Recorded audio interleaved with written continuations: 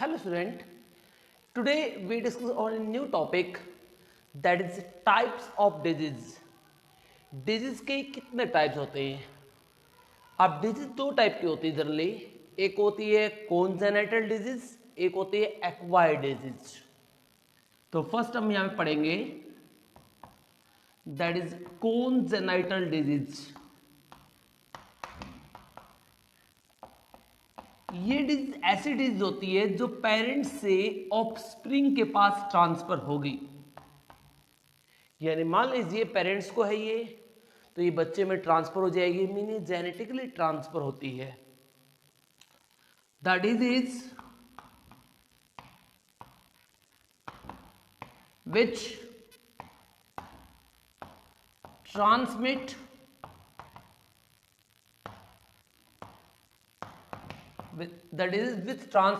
from parent to their offspring.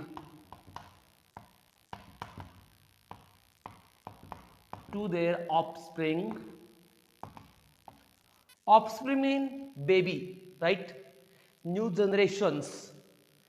तो ये क्या करेगी, जो पेरेंट्स होंगे पेरेंट्स से बच्चे के पास ट्रांसफर होगी ये, तो ऐसे डिजीज को बोलते हैं कॉन्जेनिटल डिजीज. अब इसके एग्जांपल कौन से होते हैं?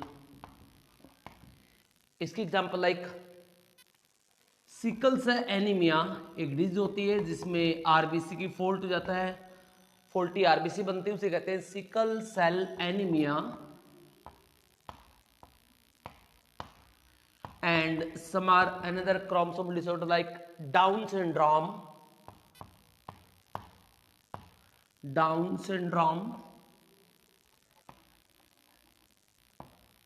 like haemophilia. इससे ब्लड जो होता है वो क्लोट नहीं होता. आप देखते हो कुछ टाइम के बाद ब्लड जो होता है अगर कट लग जाता है तो कुछ टाइम के बाद ब्लड का जो बहना होता है वो रुक जाता है, ब्लड क्लोट हो जाता है. बट इस डिजीज में क्या होता है, वो ऐसा स्टॉप नहीं होता, कंटिन्यूसली फ्लो होता रहता है. हीमोफीलिया,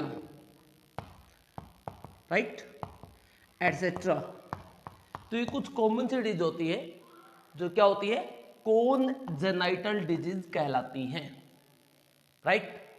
नंबर सेकेंड डिजीज हम देखेंगे that is acquired disease.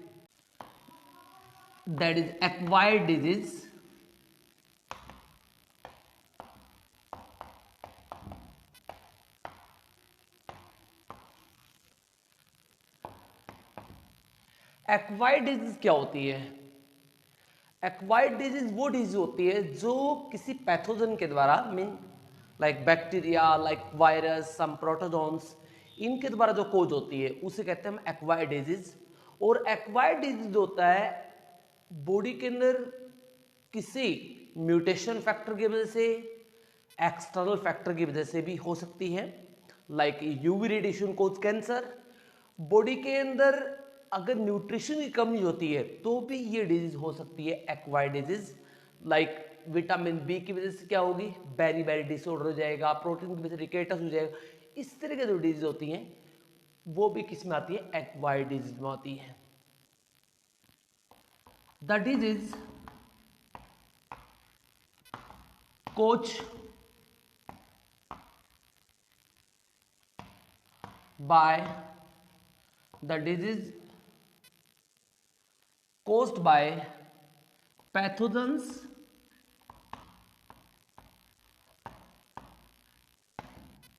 mutations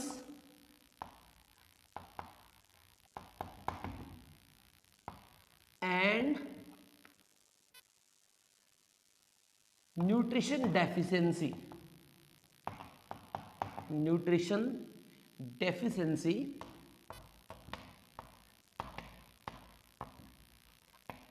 उसे क्या बोलते हैं, that is known as acquired disease. Example देखिएगा, example is like cancer,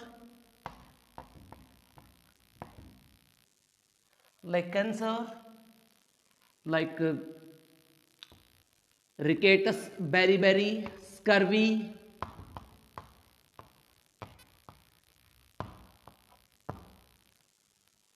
retinoid, इस तरह कुछ कॉमन से हैं. and like malaria, AIDS, etc. और ये डिजीज ऐसी भी होती है, इस डिजीज में क्या होता है, ये genetically parent to their offspring transfer नहीं होगी. दिस डिजीज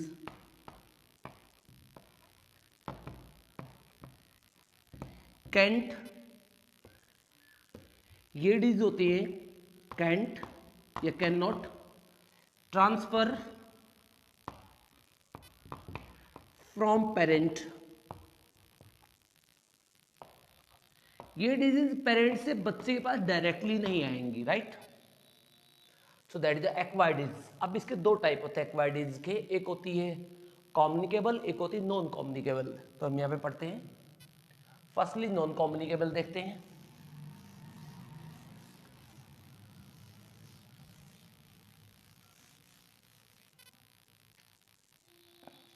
ये बी था, सॉरी.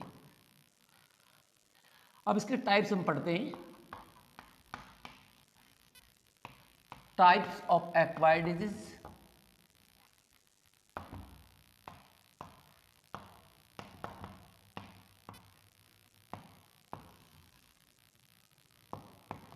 तो फर्स्ट टाइप इसका जो आएगा, फर्स्ट टाइप हम पढ़ेंगे that is non communicable.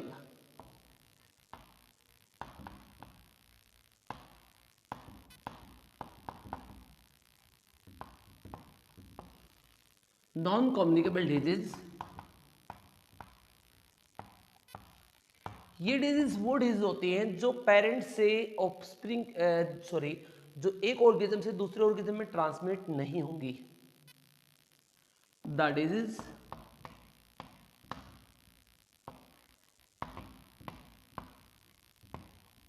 which cannot या can't transfer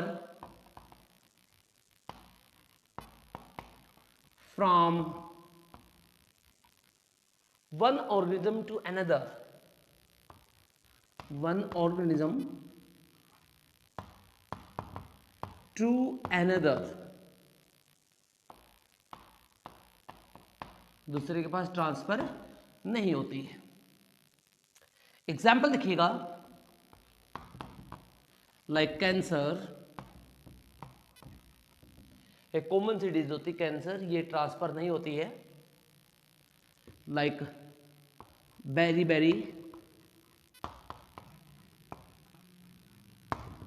rickets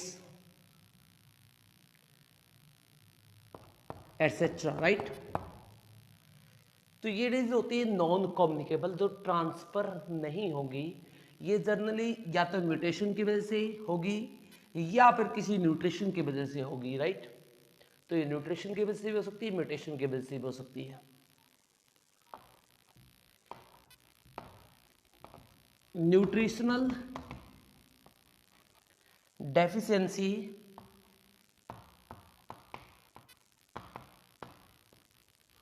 in diet cause these diseases, cause non-communicable disease.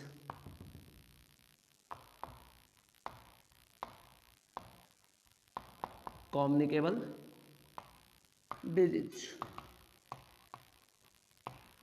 Right. तो सेम यदि कैंसर होती है, कैंसर ड्यू टू म्यूटेशंस होती है, तो ये भी हम मेंशन कर सकते हैं इसके अंदर.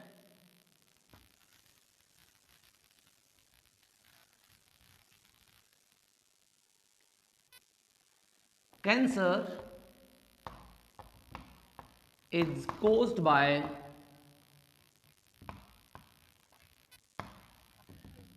Mutation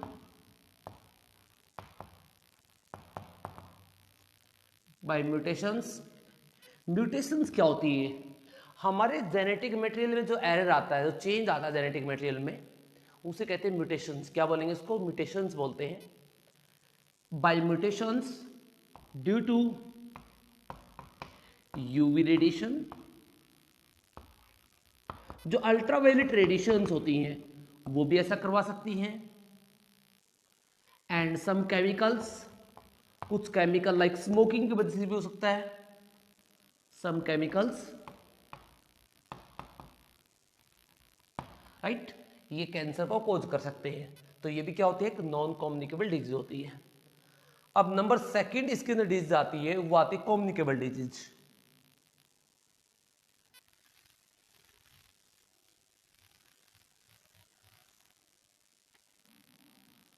number second is the communicable disease.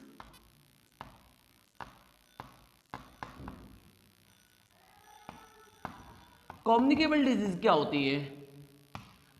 Communicable disease वो डिजीज होती है जो एक पेरेंट से दूसरे पेरेंट्स पे, ये सॉरी, जो एक ऑर्गेनिज्म से दूसरे ऑर्गेनिज्म में ट्रांसफर होती है, उसे कहते हैं यहाँ पे communicable disease. The disease which transfer from one organism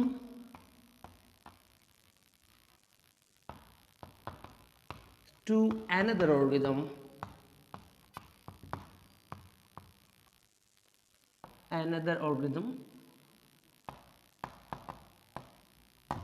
जो एक ऑर्गेनिज्म से क्या होगी, दूसरे ऑर्गेनिज्म में फैल सकती है, ट्रांसमिट हो सकती है, राइट। इसमें एग्जांपल देखिएगा, लाइक रेबिज। रेबिज होती है डॉग, कॉमनली डॉग की बाइट से कॉमनली स्प्रेड हो सकती है। Like malaria, malaria due to female anopheles mosquito के वजह से, एंड प्लाज्मोडियम की वजह से स्प्रेड हो सकता है। सेम एज एड्स भी ऐसे ही ट्रांसमिट होती है, ब्लड कंटामिनेशन से, सॉरी कंटामिनेट HIV ब्लड होगा उससे स्प्रेड हो जाएगी, या अनप्रोटेक्टेड सेक्सुअल रिलेशन से भी स्प्रेड हो सकती है। तो ये कुछ कॉमन से इसके एग्जांपल्स हैं जो क्या होती है, कम्युनिकेबल डिजीज में होती है। अब देखिए कम्युनिकेबल डिजीज क्या हो, इसमें देखते हैं हम आगे।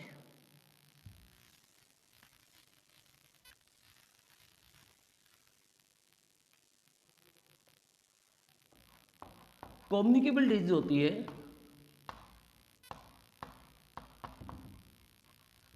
Disease spread through agents